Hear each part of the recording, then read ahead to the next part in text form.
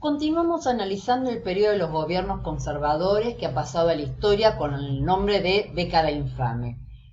Ya hemos analizado el aspecto político de la década infame y ya podemos ir perfilando por qué recibe este adjetivo de infame, un periodo que comienza con un golpe de Estado y finaliza con otro golpe de Estado y que además está sumido en la corrupción, el fraude, gobiernos autoritarios y represivos.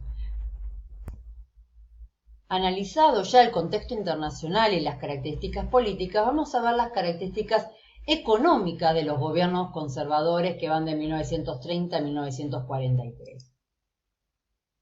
Evidentemente el modelo agroexportador entra en crisis. Si ya la Primera Guerra Mundial había mostrado la vulnerabilidad del modelo agroexportador, la crisis de 1930 impacta de forma rotunda en la economía argentina y además los países centrales, los países industrializados, toman medidas proteccionistas, lo que va a dificultar a la Argentina vender sus productos y comprar productos manufacturados.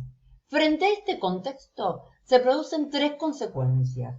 Primera, la necesidad de que el Estado intervenga en la economía, como está sucediendo a nivel internacional. Dos, un proceso de industrialización por sustitución de importaciones, que ya habíamos visto que había comenzado durante los gobiernos radicales. Acá se profundiza. Y el tercer aspecto es tratar de actualizar la relación que hasta ese momento habíamos tenido con Reino Unido, nuestra aliada comercial, económica, desde el siglo XIX. Pasamos al primer aspecto, la intervención del Estado en la economía, un Estado proteccionista que trata de defender, de controlar la situación económica del país. Una de las medidas va a ser creando juntas reguladoras. Las más importantes en la Argentina va a ser la de la carne y la de los granos porque era lo que mayor producíamos. El gobierno va a controlar y a determinar la cantidad que se produce de carne y de cereales y le va a fijar precio. No se trataba de producir muchísimo, sino producir lo justo con el objetivo de mantener los precios. Esto se denomina la ley de la oferta y la demanda. Si yo tengo mucho producto en el mercado, el precio de ese producto baja. Entonces, como el gobierno argentino no quería que el precio de la carne bajara, porque eso significaba que iba a entrar menos moneda extranjera al país, va a fijar cuánto se iba a producir. El segundo elemento de este Estado proteccionista es lo que se denomina el control de cambio. El Estado centraliza la compra y venta de divisas. ¿Qué son las divisas? Las monedas extranjeras. Es lo que hoy llamaríamos el dólar. Bien. La Argentina, el gobierno de la Argentina, durante la década del 30, va a centralizar cuánto se compraba y a qué precio se compraba la moneda extranjera. Y por último, se va a crear el Banco Central, donde el Estado regula cuánto se va a producir de moneda y las formas de crédito. Y acá yo les comparto dos láminas para que ustedes vean la intervención del Estado. Por un lado, la lámina de la Junta Reguladora de Carne, que establece los cortes de carne que se podían hacer. ¿Sí? Esto era por ley. Y por otro lado, una caricatura donde está Justo y su ministro de Economía, Pinedo, hablando de estas medidas intervencionistas como el Banco Central, la ley de bancos, etcétera, para controlar el aspecto financiero de la economía argentina. Además, un aspecto importante de la década del 30 que se va a dar a nivel mundial, esto del Estado intervencionista, si en Estados Unidos con Roosevelt se llamó New Deal, en Alemania lo tenemos a Hitler, acá en la Argentina, en la década del 30, va a ser fundamental el plan de obras públicas. La construcción genera mucho trabajo y además genera el desarrollo de industrias que van a depender de la construcción. Acá les menciono simplemente algunas de las obras públicas, sobre todo las que se van a dar en Buenos Aires y en el conurbano. Por ejemplo, el obelisco en 1936 se inaugura, la construcción de las líneas C y D de subte y se proyectará el edificio del Ministerio de Obras Públicas, la Escuela de Aviación Militar y de la Fábrica Militar. Recuerden que habíamos hablado de la militarización de la política. se crea el hospital, se moderniza el hospital central, lo mismo que el hospital Fernández, se construye el hospital Cerdá, que es el infantil, el materno infantil, se van a construir el Estadio Monumental y la Bombonera, se va a pavimentar la ruta Córdoba, Mar del Plata, o sea, para que ustedes vean la magnitud de las obras públicas que genera empleo y genera el desarrollo de otras industrias. El segundo de los elementos, el proceso de industrialización por sustitución de importación. Producir manufacturas que reemplazan a las que hasta ese momento se compraban en los países centrales. Este proceso ya lo hemos analizado, pero acá tenemos ciertas particularidades, ciertos cambios. Las zonas a donde se van a desarrollar esta industria local son las mismas: Buenos Aires, Rosario, La Plata, Córdoba. Lo que va a cambiar, por ejemplo, es la mano de obra.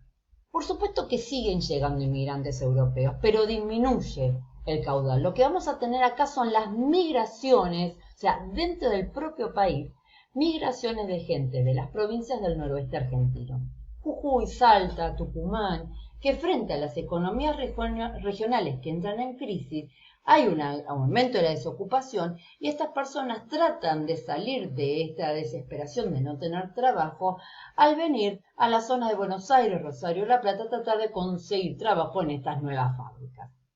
Por supuesto, continuamos desarrollando las industrias livianas como alimenticia y textil. Acá yo les puse Nestlé y Suyar, con Milka, por ejemplo.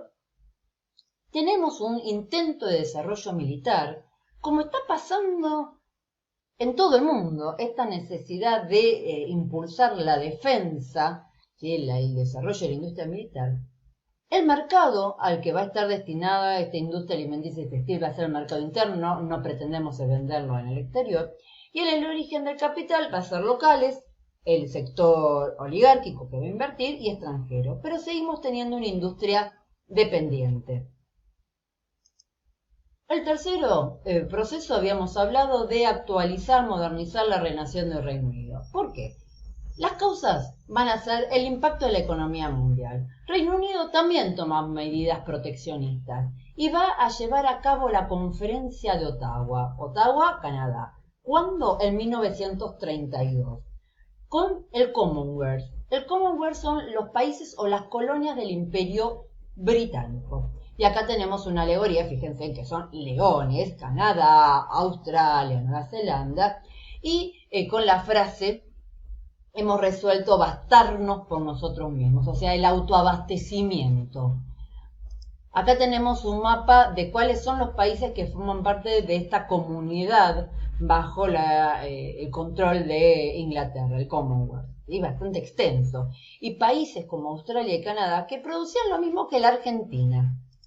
Entonces, el sector oligárquico argentino va a desesperarse frente a la imposibilidad de vender las carnes a Reino Unido como habíamos hecho históricamente. Entonces se lleva a cabo el tratado o el pacto Roca-Runciman. Es un tratado comercial entre Argentina y Reino Unido durante el gobierno del general Justo en 1933, o sea, al año de la conferencia de Ottawa. El representante argentino es el vicepresidente argentino, Julio Argentino Roca. Es el hijo de Julio Argentino Roca, el que había sido presidente 2 veces durante el periodo de la oligarquía. Y el representante del Reino Unido es el representante de comercio Walter Runciman. Por eso se llama Tratado Roca-Runciman. Acá lo tenemos a Julio Argentino Roca y a Runciman. Este tratado establecía: Reino Unido se comprometía a mantener la compra de carne proveniente de la Argentina a los niveles anteriores de la conferencia de Ottawa. O sea, dice, seguimos comprándote carne. Pero la Argentina se comprometía a que el 85% de esa carne que iba a comprar Reino Unido serían de frigoríficos británicos. O sea, los ingleses le van a comprar a los ingleses que están en la Argentina. Las ganancias que Argentina obtenía de esas exportaciones debían invertirlo, o sea, esas ganancias, lo que obtenía, las tenía que invertir en empresas británicas, o sea, que la plata siempre volvía a los británicos. Bajar los impuestos a algunos productos ingleses, como el carbón y el textil, que se importaban desde Inglaterra, y además le da el manejo del transporte público de tranvías subterráneos de Buenos Aires.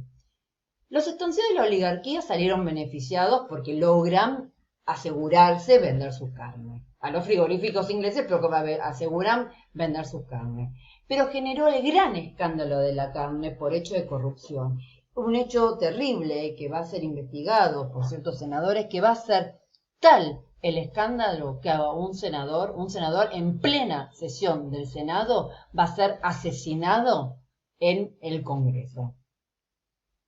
Elemento que ya también nos va pautando porque esto es considerado como un escándalo de la carne y la corrupción que había. Listo lo económico, pasamos a ver las características sociales de los gobiernos conservadores. Disminuye, como le decía, la llegada de inmigrantes europeos, se da un proceso migratorio, ¿sí? O sea, procesos dentro del país, a las zonas industrializadas de Buenos Aires, Rosario, Córdoba y La Plata, desde las provincias del noroeste. Las causas, el aumento de la desocupación, donde no se desarrolló esta industria sustitutiva, los talleres artesanales del interior deben cerrar, había zonas agrícolas que frente al impacto de la crisis económica mundial no pueden producir, hay desocupación, y buscan trabajo en las zonas industrializadas. Estos migrantes no tienen experiencias en las fábricas, no tienen experiencia sindical, no tienen ni ideologías obreras, ni sindicalistas, ni anarquistas, ni comunistas. Tienen problemas para acceder al trabajo digno, son explotados laboralmente. O sea, acá tenemos una diferencia bastante marcada con los obreros que venían de Europa, que sí venían con cierta experiencia sindical. Acá no la tenían. Y problemas para acceder a la vivienda digna. Si nosotros antes con los inmigrantes habíamos hablado de los conventillos, acá tenemos que hablar, lamentablemente, de que nacen en la década del 30 las villas miserias. Y la primera va a ser la villa desocupación, con todos los problemas de higiene y acceso a recursos mínimos para tener una vida digna. Esta situación va a ser reflejada por los artistas. Acá tenemos a Berni, donde tenemos justamente los desocupados. Nace la CGT como una manera de agrupar a los distintos sindicatos obreros. Si bien el movimiento obrero va a ser perseguido, reprimido y totalmente debilitado, nace la CGT, vigente hasta hoy en día, la Confederación General del Trabajo, donde se van a dar y se van a organizar distintas huelgas. Acá también lo tenemos a Berni con estos primeros planos de las personas reclamando a través de una manifestación. Vistas las características sociales, vamos a las características de por qué se da el golpe de Estado. El golpe de Estado tiene distintas causas. Por un lado, los gobiernos conservadores no pudieron dar respuesta al desprestigio que tenían estos gobiernos conservadores militares, la vulnerabilidad de la industrialización y el empuje de estos grupos sociales vulnerables que exigen vivienda digna, trabajo digno. Y por otro lado tenemos la situación frente a la Segunda Guerra Mundial. El presidente Castillo era neutral, pero el candidato que venía a proponerse como presidente de elecciones de 1944 era pro-aliado, o sea, Francia, Reino Unido, Unión Soviética y Estados Unidos. Pero dentro de las Fuerzas Armadas permanecía un grupo muy importante que admiraba los regímenes militares de Alemania, Italia y Japón, que pretendían que la Argentina, si bien no le iba a declarar la guerra a los aliados, por lo menos permaneciera neutral, que no le declarara la guerra a Alemania, Italia y Japón. Por eso se lleva a cabo el golpe en 1943, cuando un grupo de oficiales unidos, el GOU, que era un grupo secreto dentro del ejército, realiza este golpe de Estado porque estaba a favor del eje. Algunos de sus representantes van a ser el general Ramírez, el general Farrell, el coronel Perón. Así se produce el segundo golpe de Estado en la Argentina. Hemos visto este periodo de los gobiernos conservadores, la década infame, que desde distintas miradas, desde lo político, desde lo económico, desde lo social, podemos hablar de por qué es una etapa indigna, posible de ser olvidada, desde la corrupción en la política, la corrupción en el desarrollo económico, la vulnerabilidad de las personas que vivían en la Argentina, marca este periodo de poca legitimidad de los gobiernos que habían nacido en 1930. Saludos, la profe Paola.